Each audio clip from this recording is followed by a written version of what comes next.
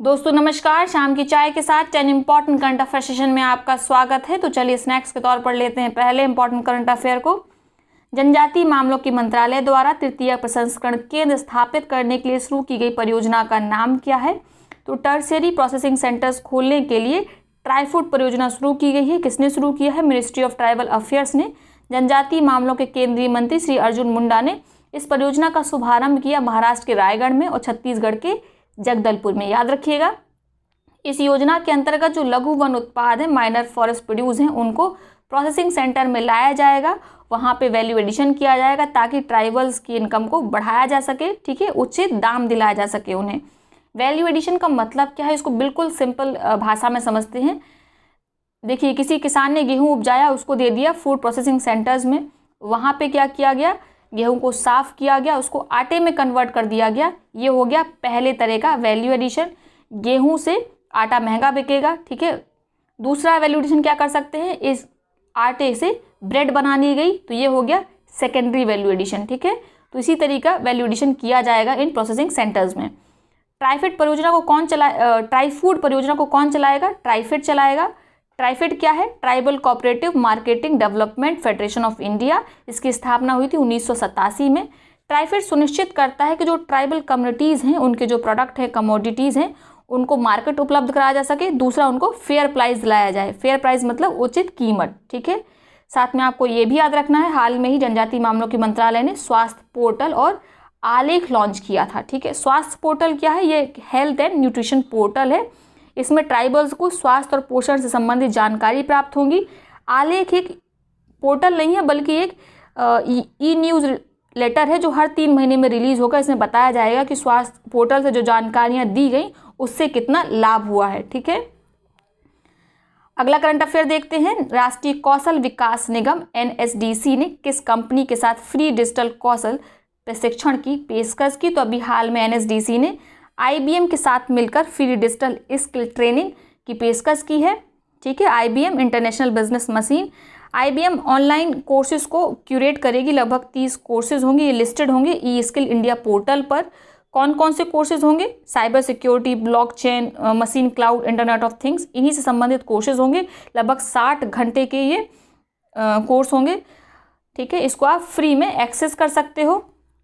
बात करें IBM की, तो आप जानते हैं ये क्या है? ग्लोबल टेक्नोलॉजी कंपनी है जिसकी स्थापना 1991 में हुई थी। ये software, hardware, cloud based service provide करती है पूरे विश्व को। अगला करंट अफेयर देख लेते हैं। कौन सी भारतीय बिजली कंपनी अपने नवीकरणीय ऊर्जा व्यवसाय रिन्यूएबल एनर्जी बिजनेस को के लिए पूर्ण स्वामित्व वाली सहायक कंपनी स्थापित करने जा रही? तो हाल में ही नेशनल पावर थर्मल कॉरपोरेशन ने ऐसी घोषणा की है कि एक सब्सिडरी फर्म बनाई जाएगी ताकि जो रिन्यूएबल एनर्जी बिजनेस है उसको हैंडल किया जा सके और ज़्यादा फोकस तरीके से उसको प्रोड्यूस किया जा सके। ठीक है, याद रखिएगा। NTPC क्या है? एक पब्लिक सेक्टर अंडरटेकिंग है जिसकी स्थापना 1975 में हुई थी। ये बिजली उत्पादन और उससे जुड़ी हुई एक्टिविटीज़ को परफॉर्म करती है।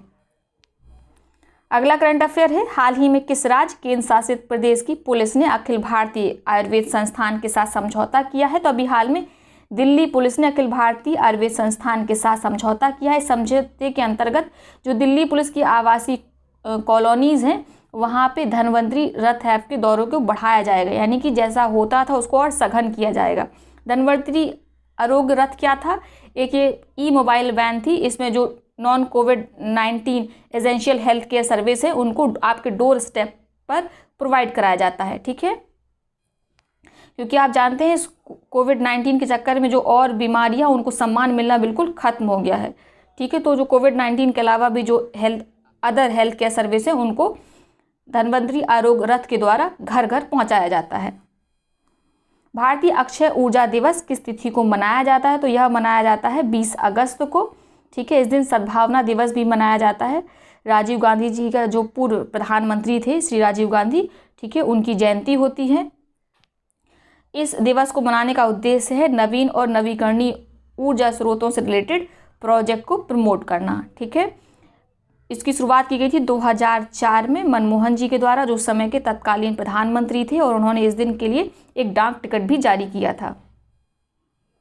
चीन ने किस जगह के पास मिसाइल तैनात करने के लिए साइट का निर्माण शुरू कर दिया है। तो अभी हाल में लिपू लेक के पास, जो मानसरोवर झील के पास पड़ता है, ठीक है, यहाँ पे नेपाल, इंडिया, चाइना का ट्राई जंक्शन है, यहीं पे उसने मिसाइल तैनात करने के लिए साइट का निर्माण करना शुरू कर दिया है। ठीक है, गूगल ने भारत में रोजगार आवेदन के लिए किस ऐप को लॉन्च किया है? तो अभी हाल में गूगल ने लॉन्च किया है कोरमू ऐप को, याद रखिएगा। ठीक है, साथ में ये जो प्रवासी रोजगार ऐप है, इसे सोनू सूद ने लॉन्च किया था। स्वदेशी माइक्रो प्रोसेसर चैलेंज किस मंत्रालय ने लॉन्च किया है? स्वदेशी माइक्रो प्रोसेसर चैलेंज को इलेक्ट्रॉनिक्स और सूचना प्रौद्योगिकी मंत्रालय द्वारा लॉन्च किया गया है। इसके अंतर्गत क्या किया जाएगा? जो इनोवेटर्स हैं, स्टार्टअप्स हैं, स्टूडेंट हैं, उनको इनवाइट किया जाएगा कि आप आइए, हमारे 2 प्रोसेसर हैं, शक्ति और वेगा, इनका प्रयोग करिए। ठीक है, और डेवलप करिए वेरियस न्यू टेक्नोलॉजी प्रोडक्ट्स को। ठीक है, याद रखिएगा, जो शक्ति है उसको बनाया था IIT मद्रास ने, और जो वेगा है उसको डेवलप किया है CDEC ने, centre for development of advance computing, याद रखिएगा। अगला प्रश्न है, हाल ही में किस कंपनी ने पिनाका रॉकेट विकसित किया है, जिसका हाल ही में भारतीय सेना द्वारा सफलतापूर्वक परीक्षण किया गया? तो अभी हाल में पिनाका रॉकेट को भारतीय सेना द्वारा सफलतापूर्वक परीक्षण किया गया है, टेस्टिंग की गई है। ठीक है, इसको किसने विकसित किया है? इकोनॉमिक्स एक्सप्लोजिव लिमिटेड ने, याद रखिएगा। पिनाका रॉकेट को भारत में बनाया जाता था DRDO के द्वारा। तो ये जो इकोनॉमिक एक्सप्लोजिव लिमिटेड है, ये पहली प्राइवेट कंपनी बन गई है जिसने first ever fully manufactured Pinaka बनाया है भारत में, याद रखिएगा। अगला प्रश्न देख लेते हैं, हाल ही में केंद्रीय स्वास्थ्य मंत्री द्वारा कौन सा वीडियो गेम लॉन्च किया गया है? तो अभी हाल में कोरोना फाइटर्स नामक वीडियो गेम लॉन्च किया गया है। बिल्कुल कन्फ्यूजन में नहीं है, गेम जैसा गेम नहीं है। इसमें क्या किया जाएगा, जो कोविड-19 से संबंधित जितने भी मेजर्स हैं, जैसे हाथ बार बार धोना, सोशल डिस्टेंसिंग को फॉलो करना, मास्क पहनना, इसी को लेके जागरूकता दी जाएगी। तो आप कह सकते हो कि एक रचनात्मक तरीका है जिसमें मनोरंजन के साथ साथ आपको जागरूक भी किया जा रहा है। ठीक है, स्वास्थ्य मंत्री कौन है? डॉक्टर हर्षवर्धन है, याद रखिएगा। वैसे इसका नाम इंटरेस्टिंग होता अगर कोरोना गो होता, है ना। चलिए, ये हैं आज के इंपॉर्टेंट करंट अफेयर्स। आप देख लेते हैं आज के सवाल, जिसका जवाब आपको देना है। पहला प्रश्न है, भारतीय रेलवे द्वारा सुरक्षा निगरानी के लिए नियोजित मानव रहित हवाई वाहन UAV का नाम क्या है? आपके विकल्प है निंजा UAV, नेत्र UAV, शक्ति UAV, इनमें से कोई नहीं। अगला प्रश्न है, financial action task force FATF में कौन सा देश पूर्ण सदस्यता प्राप्त कर पहला खाड़ी देश बन गया है? आपके विकल्प हैं UAE, सऊदी अरब, ईरान, ओमान। FATF में पाकिस्तान का जो ग्रे लिस्ट वाला स्टेटस है उसको बरकरार रखा गया है।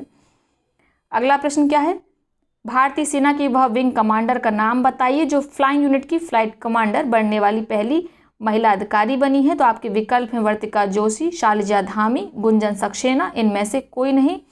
अब चलिए पिछले सवालों के उत्तर दे देते हैं।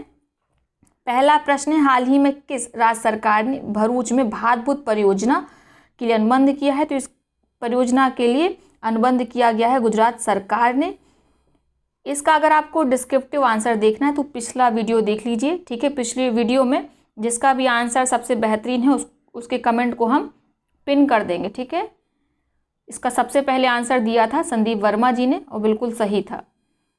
अगला प्रश्न है, दुनिया के सबसे बड़े मेडिटेशन सेंटर का उद्घाटन कहाँ किया गया? तो सबसे बड़े मेडिटेशन सेंटर का उद्घाटन किया गया कान्हा शांतिवनम, हैदराबाद में।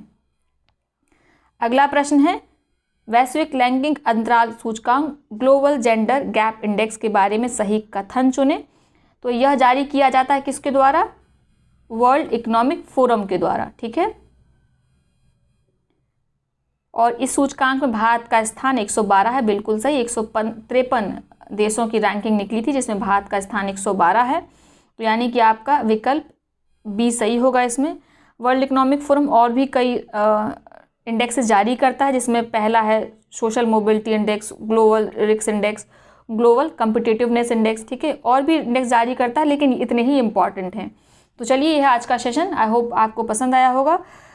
वीडियो को शेयर करिएगा, लाइक करिएगा। बहुत बहुत धन्यवाद।